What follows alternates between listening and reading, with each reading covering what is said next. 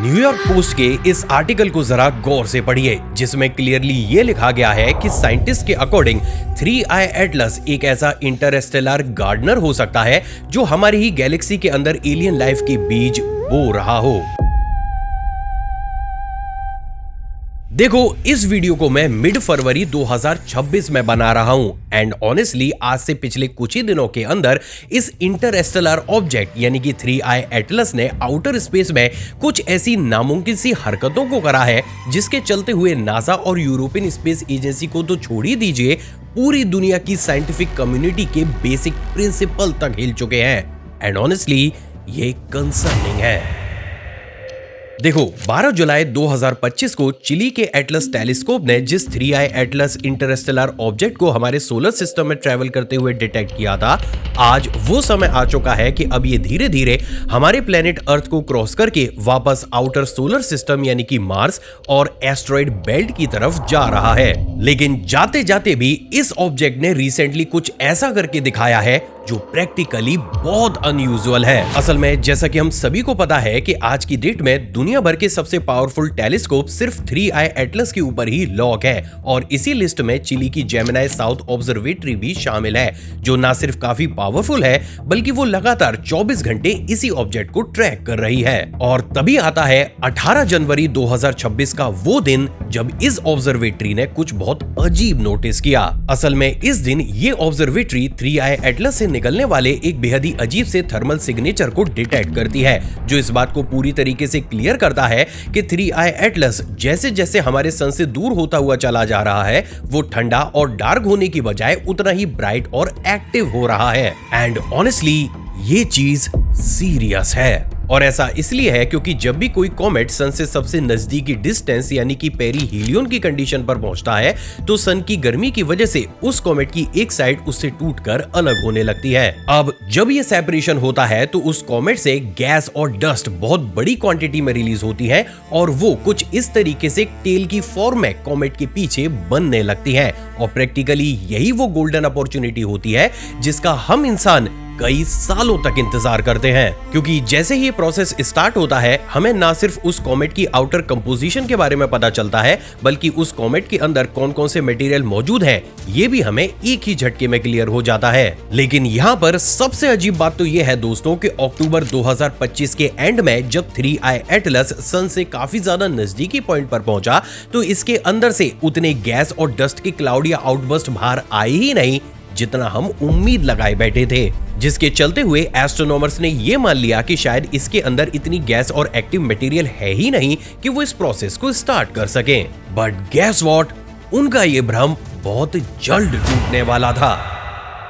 18 जनवरी 2026 NSF की Gemini south observatory और national astronomical observatory of Japan का सबारू टेलीस्कोप अचानक से ये नोटिस करते हैं कि जहां इस समय क्योंकि 3I एटलस सन से काफी दूर जा चुका है तो उसे डार्क और ठंडा हो जाना चाहिए था, तो वहीं इससे उलट वो अचानक से एक्टिव होकर अपने अंदर से गैस और डस्ट के आउटबर्स्ट को रिलीज कर रहा है। ये चीज अपने आप में काफी ज्यादा अजीब और रेयर है क्योंकि हम इंसानों ने अपने इतिहास में किसी भी कॉमेट को इस तरीके की हरकत करते हुए आज तक नहीं देखा, और यही वो एक सबसे बड़ा कारण है जिसके चलते हुए अगर आपने नोटिस किया हो तो इस साल की स्टार्टिंग में ये र्यूमर पूरी दुनिया में फैल गया था कि 3I एटलस कोई प्रैक्टिकली इंटरस्टेलर ऑब्जेक्ट नहीं बल्कि शायद कोई एडवांस प्रोब हो सकता है जो समय समय पर अपने कन्वीनियंस के हिसाब से जेट्स को निकालकर अपनी स्पीड और डायरेक्शन को मेंटेन कर रहा हो। अब जब ये र्यूमर रैपिडली हर जगह स्प्रेड हुआ तो इसे डिबंक करने के लिए हार्वर्ड इंस्टीट्यूट के सेंटर ऑफ एस्ट्रोफिजिक्स के साइंटिस्ट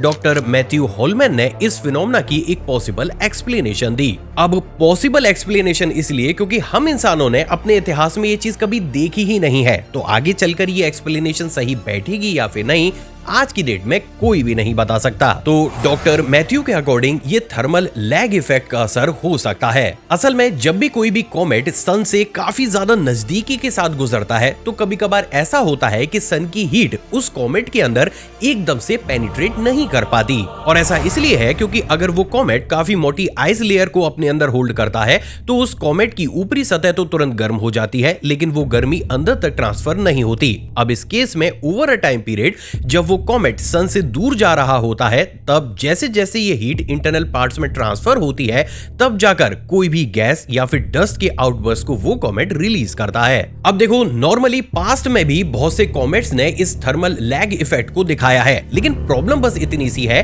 कि उन कंडीशन में ये डिले मैक्स टू मैक्स 10 या 15 दिन का होता है। लेकिन बात अगर 3i एटलस की जाए तो यहाँ पर ये डिले स्ट्रेट 3 महीने या फिर उससे भी ज्यादा है, और यही चीज आज तक अनएक्सप्लेनेबल है। अब देखो गाइस, जहां एक तरफ हम सडन एक्टिवेशन प्रोसेस से जूझ रहे थे, तो वहीं दूसरी तरफ अभी जब जनवरी में ये आउटबर्स्ट रिलीज हुआ तो हमारे रिसर्चर्स को उस आउटबर्स्ट में कुछ ऐसे कंपोनेंट्स देखने को मिले जिसके चलते हुए हमारे रिसर्चर्स ने क्लियरली ये स्टेटमेंट दिया कि 3i एटलस हमारी ही गैलेक्सी के अंदर एलियन लाइफ को सीड कर रहा है।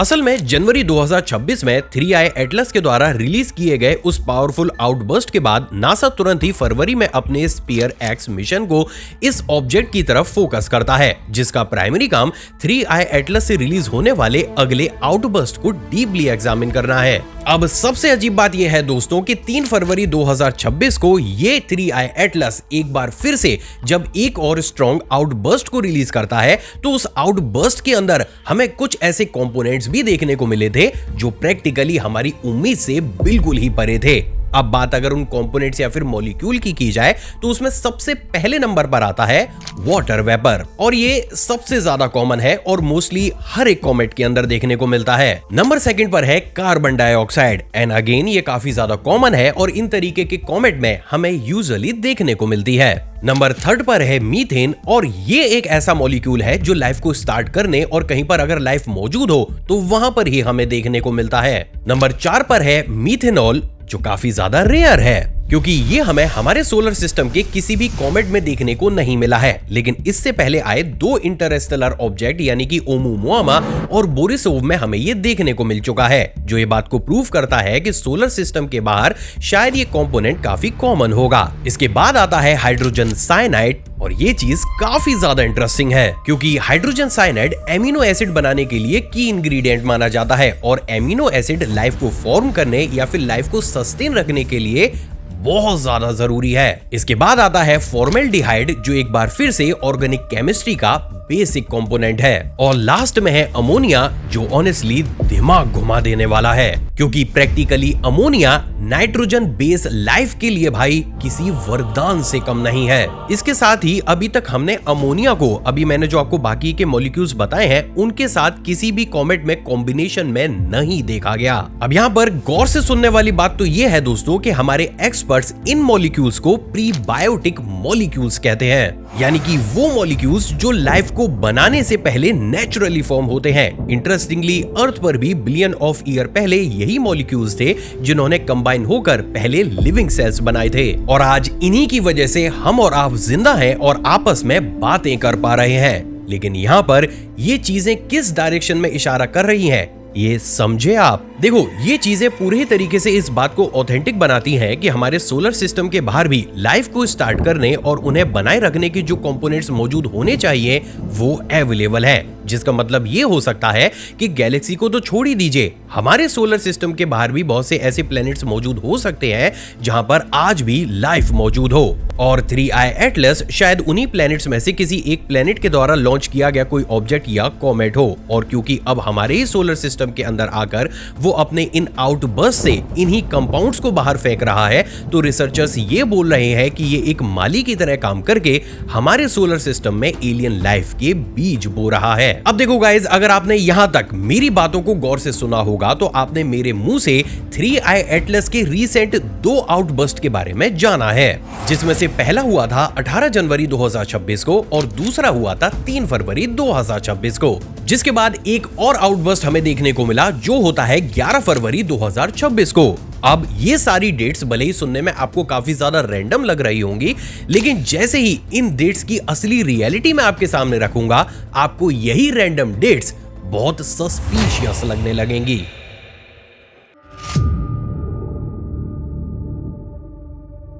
देखो गाइज, सबसे पहला रीसेंट आउटबर्स्ट जो हमें देखने को मिला था वो हुआ था 18 जनवरी 2026 को। इंटरेस्टिंगली इसी दिन 3I एटलस एस्टेरॉयड बेल्ट को क्रॉस करके बाहर की तरफ निकला था और जब उसने इस डिस्टेंस को क्रॉस करा था तो उस समय पर उसकी स्पीड ड्रास्टिकली कम हुई थी। लेकिन जैसे ही ये चीज हुई 18 जनवरी 2026 को अगेन आउटबर्स्ट रिलीज होता है और वो अपनी खोई हुई स्पीड को दोबारा से कैच कर लेता है। इसके बाद बात अगर अगले आउटबर्स्ट की जाए तो वो हमें देखने को मिला था 3 फरवरी 2026 को। प्रैक्टिकली यही वो दिन था जिस टाइम पीरियड के आसपास इस इंटरस्टेलर ऑब्जेक्ट ने जेमिनी कॉन्स्टेलेशन की तरफ तेज स्पीड से अपने कदमों को बढ़ाया था। अब यहाँ पर ये बात ध्यान रखिएगा कि अगर 3 फरवरी 2026 वाला ये आउटबर्स्ट रिलीज नहीं होता तो आज की डेट में 3I एटलस उतनी इजी तरीके से जेमिनी कॉन्स्टेलेशन की तरफ जा ही नहीं सकता था जितना आज की डेट में वो जा रहा है। इसके बाद जो अगला आउटबर्स्ट हमें देखने को मिला वो था 11 फरवरी 2026 को। अब हैरानी की बात यह है दोस्तों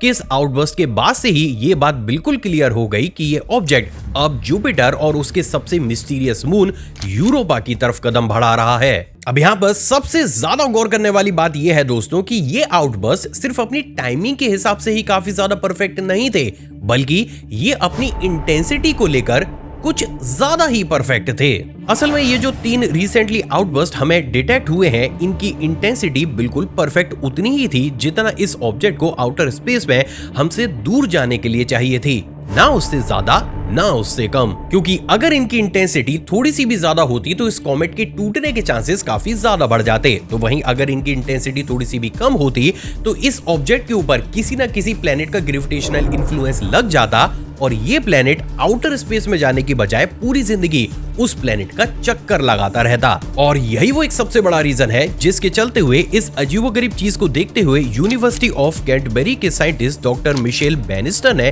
क्लियरली एक इंटरव्यू में ये बोला, अगर ये आउटबर्स्ट सिर्फ थर्मल होते तो जैसे जैसे ये कॉमेट सन से दूर जाता वैसे वैसे इनकी इंटेंसिटी भी कम होती। लेकिन सीन उल्टा है, ये अभी भी फुल पावर पर चल रहे हैं जो काफी पजलिंग और माइंड बॉगलिंग है। तो कहने का मतलब तो ये है दोस्तों कि रिसेंटली हमने जो ये सारे ही मिरेकल्स देखे हैं वो है तो साइंटिफिकली डॉक्यूमेंटेड, लेकिन प्रैक्टिकली ये क्यों हो पा रहे हैं इसका जवाब हमारी साइंस पर आज तक नहीं है। इसके साथ ही 2 ऐसी चीजें जो आज की डेट में हमें 3I एटलस को लेकर काफी ज्यादा परेशान कर रही हैं, वो है इसका जुपिटर के मून यूरोपा की तरफ जाना और दूसरा हर 16 घंटे में एक ऐसी अजीब सी चीज को रिपीट मोड पर करना जो एक नेचुरल कॉमेट तो बिल्कुल नहीं कर सकता।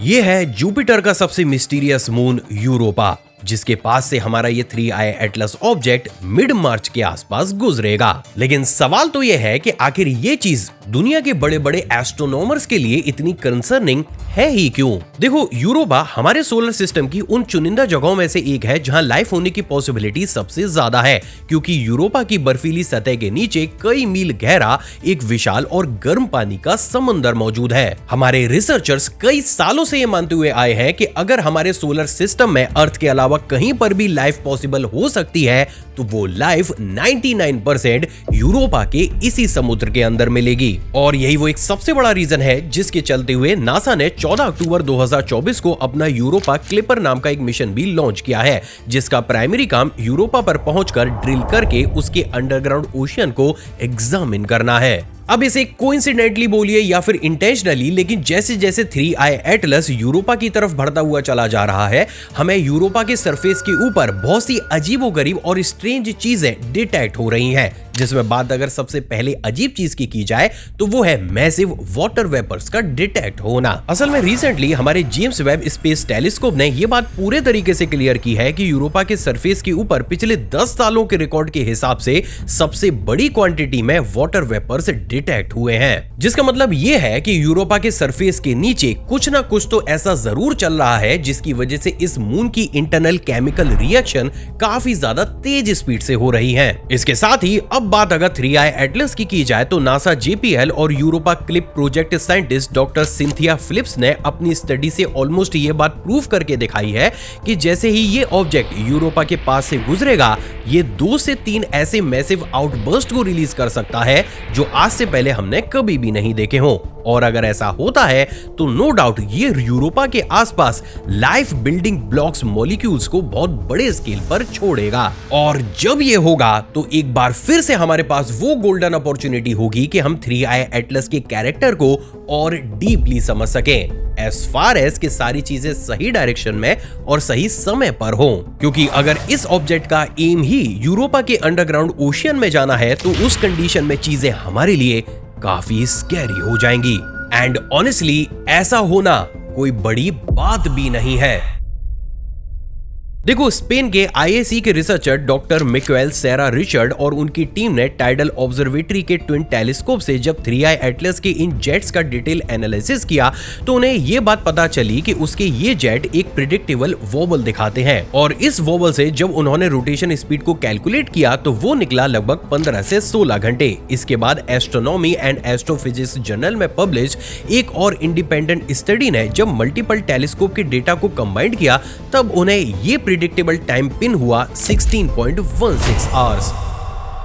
यानी कि बिल्कुल सिंपल लैंग्वेज में आज की डेट में 3i एटलस ऑलमोस्ट हर 16 घंटों के बाद अपने अंदर से छोटे छोटे ऐसे जेट्स को रिलीज कर रहा है जो ना सिर्फ उसकी डायरेक्शन को बहुत लंबे समय से काफी ज्यादा स्टेबल बनाए हुए हैं बल्कि वो इस चीज से अपनी स्पीड को भी मेंटेन रख रहा है। और प्रैक्टिकली ये एक वो क्वालिटी है जिसे आज से पहले हमने 3i एटलस के अलावा बाकी किसी भी कॉमेट में नहीं देखा। एंड दैट्स व्हाई ये अभी तक का इकलौता ऐसा इंटरस्टेलर ऑब्जेक्ट है जिसने ना सिर्फ हमारे सोलर सिस्टम में एंट्री करते समय बहुत से क्वेश्चंस हमारे लिए खड़े किए थे बल्कि आज जब ये हमसे दूर जा रहा है तब भी ये हमारे सामने यूनिवर्स के बहुत से ऐसे क्वेश्चंस खड़े कर रहा है जिनके आंसर जानने के लिए शायद हमें हमारी साइंस को और इवॉल्व करना पड़े। क्योंकि इसका इन तरीके से कंपाउंड्स को निकालना, सीधा यूरोपा की तरफ बढ़ना, उधर यूरोपा का इन तरीके से काफी ज्यादा एक्टिव हो जाना और एग्जैक्टली इसी मून के पास दोबारा से इस कॉमेट के आउटबर्स्ट को रिलीज करना, भाई ये सारी चीजें कोइंसिडेंस तो बिल्कुल भी नहीं लगती। अब देखो गाइज, आपको क्या लगता है, क्या 3i एटलस की इस मिस्ट्री को हम अपनी पूरी जिंदगी में कभी सॉल्व कर भी पाएंगे या फिर नहीं? नीचे कमेंट सेक्शन में जरूर बताइएगा। इसके साथ ही आपको क्या लगता है, क्या ये भाई कोई नेचुरल कॉमेट है जिसके बारे में हम नहीं समझ पा रहे या वास्तव में एक प्रोब हो सकता है? इसे भी नीचे कमेंट सेक्शन में जरूर बताइएगा। अगर आपको मेरी मेहनत और रिसर्च पसंद आई हो तो इस वीडियो को हर एक वीडियो की तरह 8000 लाइक तक जरूर पहुंचाइएगा। इसके साथ ही गाइस, चैनल पे नए हैं और इन्हीं तरीके की विद प्रूफ ऑथेंटिक डॉक्यूमेंट्रीज देखना पसंद करते हैं तो इस चैनल को सब्सक्राइब कर उस बेल आइकन को प्रेस जरूर कीजिएगा। इसके साथ ही अभी आपकी स्क्रीन पर आपको जो वीडियोस दिख रही है ना भाई, इन्हें भी चेकआउट जरूर करना क्योंकि ये भी काफी ज्यादा इंटरेस्टिंग है। जय हिंद।